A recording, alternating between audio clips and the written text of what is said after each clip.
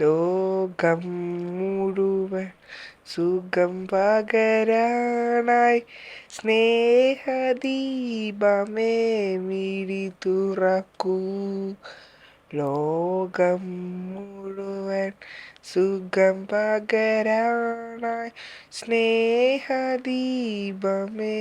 മിഴി തുറക്കൂ. സൂപ്പർ.